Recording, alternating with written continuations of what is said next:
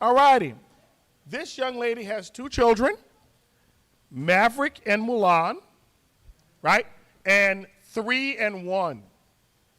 Yeah. She don't know what she in for yet. You got? Yeah, no idea. No idea whatsoever. But it's great. Another movie buff. Okay? And we love sci-fi. I asked her about the last movie she liked. She actually watched Gattaca, the movie with Halle Berry. So we can mark that down as 3 viewings. Babe, you liked it? Yeah, it was great. Classic. Oh, she's so sweet. All right. And we are also a New Yorker. Where I said, there you go. Are you going to go to that conference too? It's in New York. Same thing, it's cool. So anyone can log in remotely? And I asked her the biggest difference between New York and coming down south, and she said, of course, hospitality. We are really nice down south, but I will say this about New York. I have never met a rude person in New York. I've been in New York a bajillion times. You know where all the where all the rude people live? On the other side, Los Angeles. Sweet Jesus, they rude. But New York, cool as all get out. All right, you ready, Miss Earhart? You ready to make magic happen?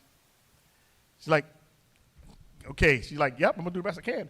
All righty, ladies and gentlemen, bang your hands together for Miss Christina. You.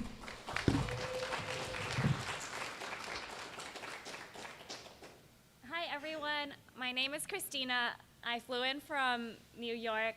I work at Sigma Computing. We're a business intelligence tool that helps you visualize data on top of a cloud data warehouse like Snowflake or Databricks. Today, I'll be sharing our journey of adopting AI coding tools at speed and scale over the last year and a half.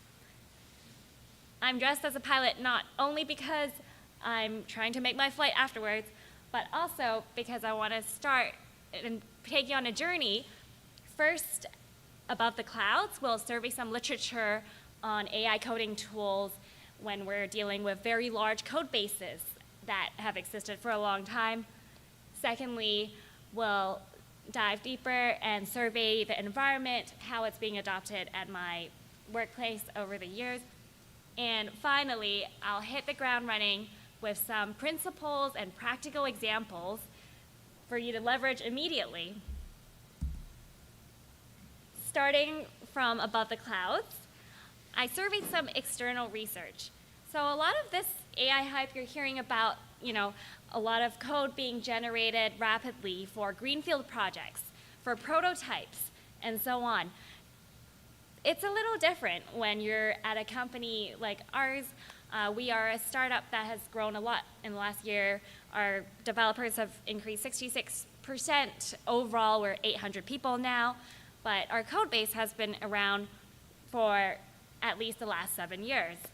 A lot of you in the audience are presently at companies which have been around for decades. So you're not really dealing with a greenfield project per se, but with millions of lines of code from different authors and so on. Looking at the first article here, measuring the impact of AI on experienced open source developer productivity. This was a study where experienced open source developers were given Cursor as a tool in their projects. Most of them reported that on average they gained 20% in productivity. However, in actual fact, they're measured to be 19% slower. For this sample size, a lot of these developers claim that they're familiar with AI coding tools. This was done a few months back. They've used ChatGPT, but most of them, it was actually their first time using Cursor. So it takes time to get familiar with a coding tool.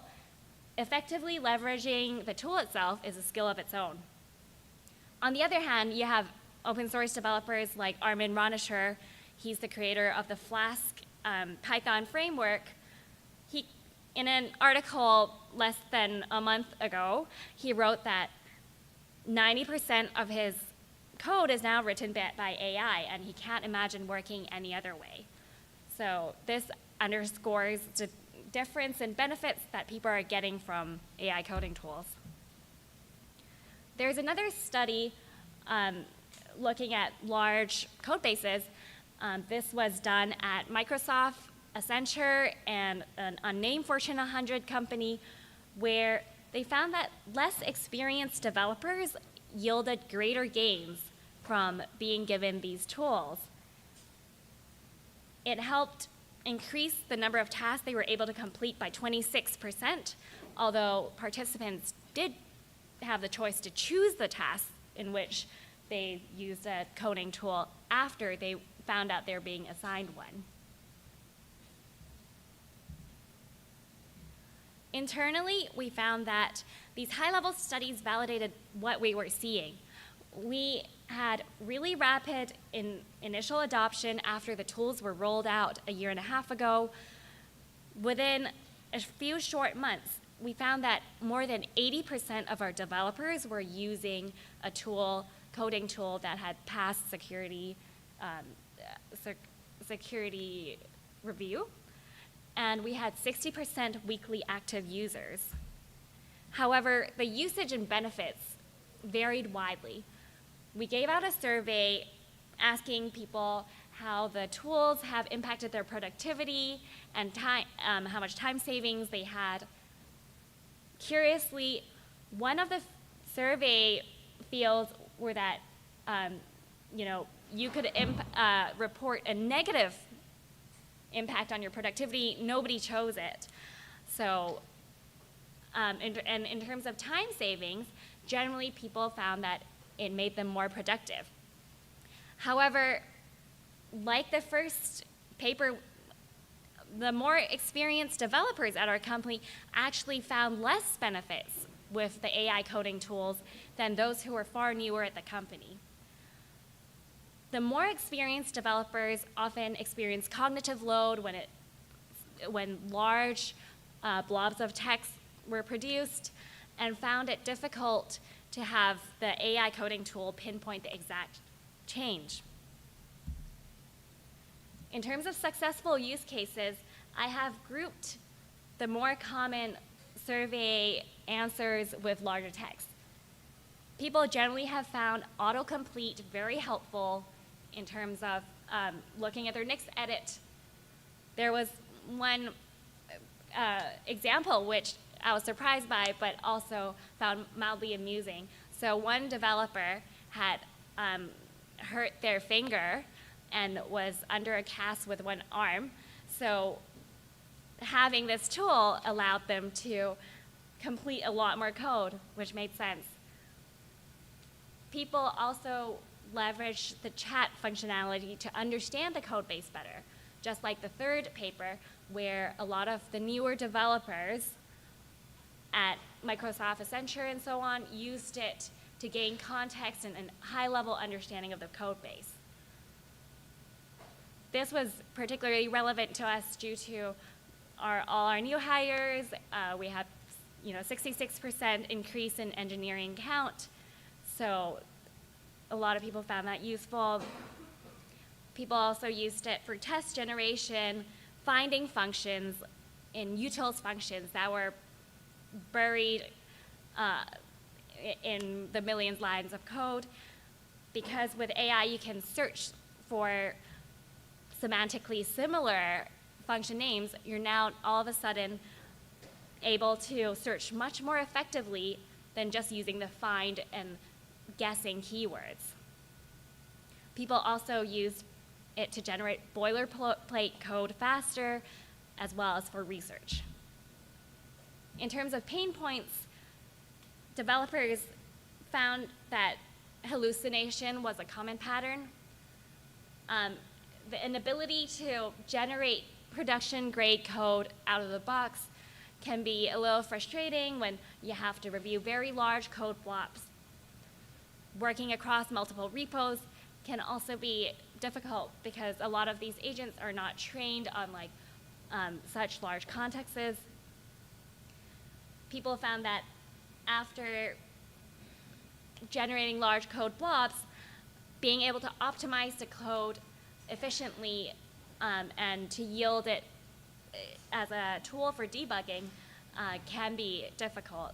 And it will take them multiple passes and a lot of cognitive load to review the code to find where the bugs are. Internally, we found that different channels that have encouraged knowledge sharing, which most of it has been organic. They include Slack channels that are interest-based, such as AI coding, AI coding tools, and so on, so that people can share liberally about their findings. We have organized lunch and learns called Code Chats, where I gave a similar workshop, but focused on internal use cases, sharing areas where developers at my company specifically have found useful or not. This is particularly helpful because you may be able to leverage coding tools very differently from outside of work, working on your side projects, as you do in a particular code base. We have also found that informal forums work very well since these tools change so quickly. It removes the burden of preparing a lot of material that will become outdated within weeks of preparing it. In terms of principles and practical learnings that I hope could be helpful to all of you, whether this is for your personal project or at work, I'm going to go through 3 high-level principles with some small examples to hopefully allow the AI coding tool to be more than a novelty, but a true coding partner. The first principle is to increase the context. Giving better context yields better accuracy. So, in running an internal workshop and through our informal gatherings, it quickly became apparent that 90% of the developers that were using the coding tool were not aware that you could integrate with other tools at the company, such as GitHub, Confluence, Jira, these are Atlassian tools, Sentry, which we use to monitor bugs. By configuring these connections, you can now query the Jira tickets directly and make updates to them, get Confluence docs to add in documentation context. When it comes to on-call, bringing in specific logs by being able to query them in your VS Code interface, that's all very helpful. Secondly, it is possible to focus on very specific code blobs to increase the accuracy of what you're asking for. So for instance, you could highlight text and ask questions for it using particular commands. Here I'm just showcasing the tool Augment. We're also allowed to use Cursor and GitHub Copilot and so on. We so happen to gravitate towards OneCode because it passed security review the quickest. So across different tools, you should be able to do this. Third, you can create specific rules that apply to your company's code base. A lot of code bases have very specific coding conventions. So for instance, in the paper with the open source contributors, one thing they found difficult was adapting the coding tool's output to the conventions that were already very much embedded but not explicitly spelled out in their code bases. So here I put high-level PR principles that were shared across the repo, as well as more team-specific rules. These rules can be defined, and this is a principle that is shared across most of the major coding tools. Second principle here is to turbocharge the tedious and focus on the fun. A lot of you have talked about how to bring more joy and fun and delight into your coding environment, and allowing coding tools to add to it instead of be another source of stress or be yet another thing you have to chase after. That could be guided by a few mindset shifts as well as very specific guided use cases. Firstly, one helpful mindset shift as you experiment with how to leverage these tools is to treat simple tickets as AI testing grounds. Just like learning any new technology, it takes you experimentation and time to get into your stride. Secondly, you can break down large tasks like generating tests into different steps, and within each step, try to examine its output. So here, I asked it to generate some tests in 3 different steps, and with each step, it clarified to me and summarized what it was trying to do, so I can course correct in the middle if it wasn't going the direction I wanted it to. Thirdly, these tools have been really helpful for rapid prototyping. The goal here is not to create production-ready code, but just to inspire conversation and facilitate communication with our design and product counterparts. We have found that very helpful from a coder's perspective, rapidly prototyping a demo, or even vibe coding visuals, because you can leverage these interfaces to create designs much quicker. Similarly, designers at our company have been very fast to onboard onto our repo and are able to prototype things that are more grounded in the practicalities and the limitations of our code base. The third principle here is to use AI as a sounding board. We have found that it's incredibly good at some things but not others. One thing it is very good at is parsing debugging files. So we have debugging files that are stripped of proprietary information. We feed it to the coding tool, and these are coding files that span multiple pages. It's immediately able to get the coordinates of these elements that happen to be colliding and overlapping each other in a way that will be extremely tedious and manual for you to create a script to look for. Secondly, a lot of the major coding tools now are integrated with Mermaid or other extensions where you can generate flow diagrams to gain a high-level understanding of your code base. It shows in context how specific architectures are created in your code base from a high level with links to different parts of the code base. For visual learners out there, this can be very helpful. Thirdly, a picture can be worth 1,000 words. We're able to send JPEG files of debugging traces, screenshots of the browser directly to these coding tools, and it could grab all the traces very quickly and use it. At the same time, though, a lot of these coding tools are moving from an unlimited basis to a more consumption-based pricing model. So sending photos can cost a lot more than just sending text to the API.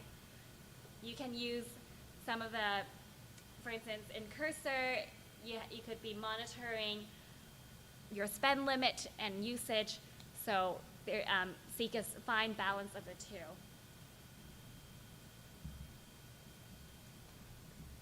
Overall, I hope this has been helpful, getting you from a journey from the top level, above the clouds, looking at different papers, to our actual usage and exploring the different principles to make AI more of a friend than a foe and to drive delight in your everyday workflow.